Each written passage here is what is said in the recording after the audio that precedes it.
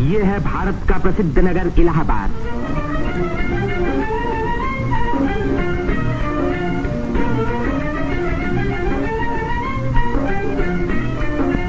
यहीं पहल उत्तर प्रदेश में एक विश्वविद्यालय की स्थापना हुई। इसी वजह से ये नगर उत्तर प्रदेश की शिक्षा और सभ्यता का केंद्र माना जाता है।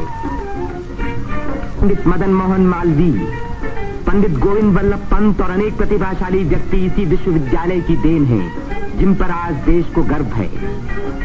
ये है हमारे प्रधानमंत्री पंडित जवाहरलाल नेहरू का निवास स्थान, आनंद भवन। भारतीय राजनीति का ये एक प्रमुख केंद्र रहा है। इस नगर को तीर्थराज प्रयाग भी कहते हैं। यहीं गंगा और जमुना का संगम है। इसी संगम में गुप्त सरस्वती नदी भी आकर मिलती है। इसीलिए इस स्थान को त्रिवेणी संगम कहा जाता है। त्रिवेणी बहुत पुराने जमाने से भारत का एक पवित्र स्थान माना जाता है। सृष्टि की रचना की शक्ति प्राप्त करने के लिए यहाँ ब्रह्मा ने यज्ञ और तपस्या की। लक्ष्मी की प्राप्ति के लिए विष्णु ने भी यहीं तपस्या की। यहीं स्नान करके भगवान शंकर ने त्रिपुर राक्षस के वध करने की शक्ति प्राप्त की। और यहाँ महात्मा बुद्ध ने संसार को सत्य का संदेश भी सुनाया। समुद्र मंथन के बाद जयंत के अमृत का घड़ा लेकर जाते समय एक अमृत कण छलक कर यहाँ गिरा और तभी से इस स्थान पर कुंभ मेले का महान पर्व आरंभ हुआ। इस वर्ष भारत का सबसे बड़ा कुंभ मेला इसी स्थान पर हुआ। इस मेले में लगभग 1 करोड़ व्यक्ति त्रिवेणी में स्नान करने के लिए आए। सदियों की गुलामी के बाद स्वतंत्र भारत का ये पहला कुंभ मेला था। त्रिवेणी में स्नान करके तन, मन और आत्मा को शुद्ध करने के लिए ही यात्रियां आते हैं। योगी और सन्यासी, गरीब और अमीर सभी प्रकार के लोग यहाँ इकट्ठे होते हैं। कुंभ मेले के मौके पर देश के नर नारी एक दूसरे के धार्मिक विचारों से परिचित होते हैं। धार्मिक संस्थाएं योगी और सन्यासी यौगिक क्रियाओं को दिखाते हैं।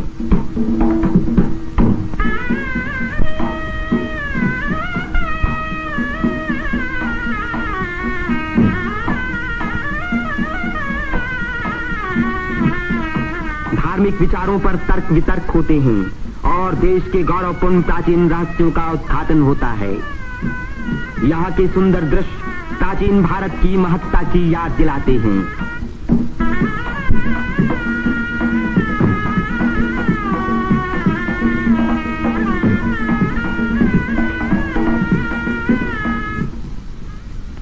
मेले के धार्मिक रूप के अलावा उसके दूसरे दृश्यों में सुंदरता और स्वतंत्रता का रंग चमक रहा था। रंग बिरंगी चूड़ियां, देवी देवताओं की मनमोहिनी मूर्तियां,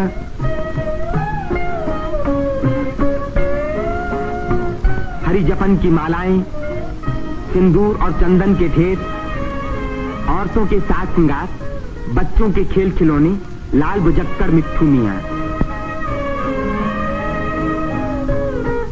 तीर्थयात्रियों की सुविधा और सुरक्षा के लिए और स्वतंत्र भारत के इस महान पर्व को सफल बनाने के लिए उत्तर प्रदेश सरकार ने अपनी ओर से कोई कसर उठा न रखी।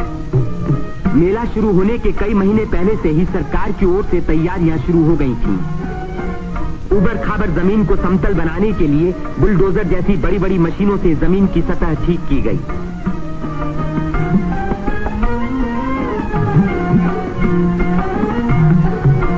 गंगा जी ने अपना किनारा 15 से 30 फुट गहरा काट दिया था, जिसके कारण यहाँ स्नान करना असंभव था। बुलडोजरों ने इन किनारों को सपाट बनाया, जिससे तीर्थयात्री यहाँ सकुशल स्नान कर सके। जिस काम को 1000 आदमी 3 महीने में खत्म नहीं कर सकते थे, उसी को 6 बुलडोजरों ने 15 दिन में पूरा कर दिखाया।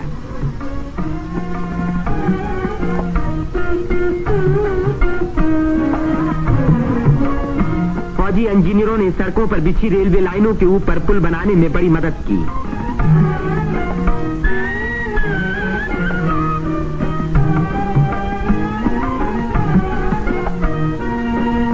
इससे रेलों के आने जाने के समय भीड़ सड़कों पर कभी न रुकी, बल्कि लगातार त्रिवेणी की ओर बढ़ती रही।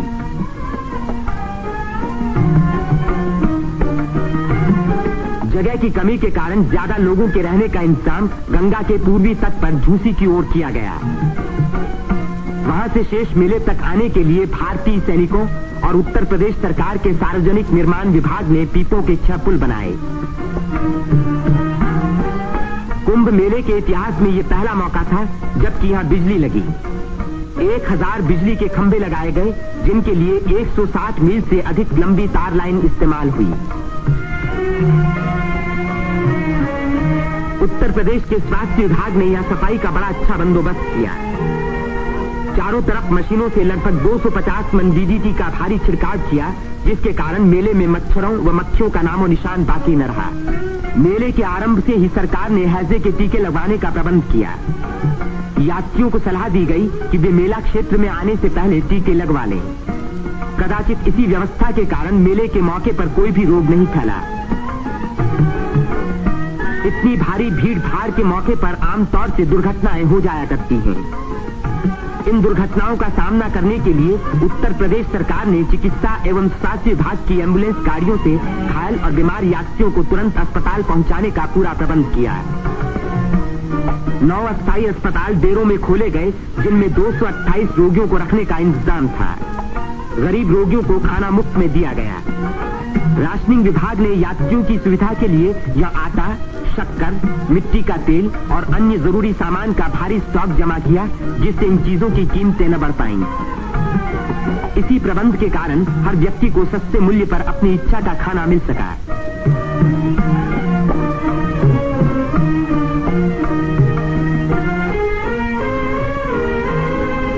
सेवा समिति, अग्रवाल समिति और भारत स्काउट्स एंड गाइड्स जैसी स्वयंसेवक संस्थाओं ने यात्रियों के मार्ग निर्देशन, उनकी सुरक्षा और घायलों का प्राथमिक उपचार किया।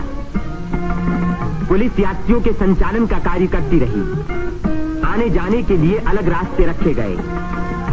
भीड़ को काबू में रखने के लिए चलते फिरते वायरलेस सेतु का इस्तेमाल किया गया।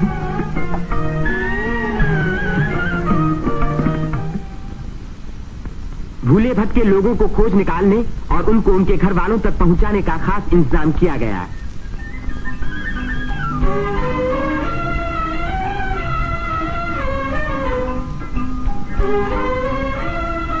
मेले में लाउड स्पीकरों का एक जाल बिछा दिया गया, जिससे भटके हुए लोगों का नाम पुकार पुकार कर उनको एक स्थान पर इकट्ठा किया गया।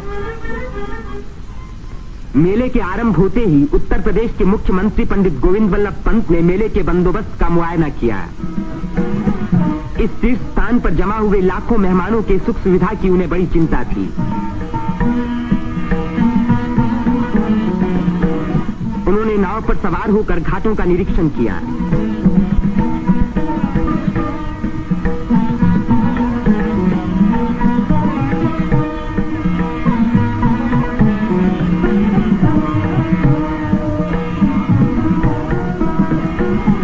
उन्होंने पीपे के पुलों को भी देखा।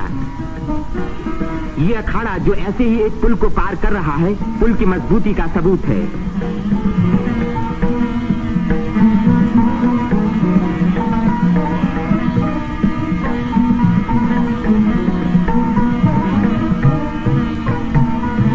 हमारे प्रधानमंत्री पंडित जवाहरलाल नेहरू ने भी मेले के इंतजाम का निरीक्षण किया। वे सड़कों पर घूमे और पुलों पर भी गए।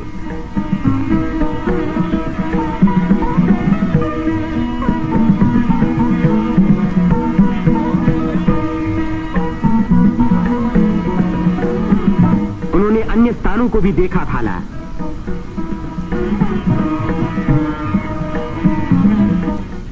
भारत के अन्य लाखों व्यक्तियों की भांति हमारे राष्ट्रपति श्री राजेंद्र प्रसाद ने भी त्रिवेणी में स्नान किया। इस दिन अपार जन समूह यहाँ इकट्ठा था।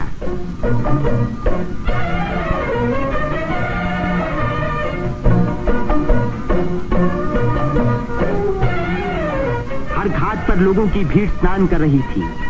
उसमें नया जोश था और नई उम्मीदें थीं।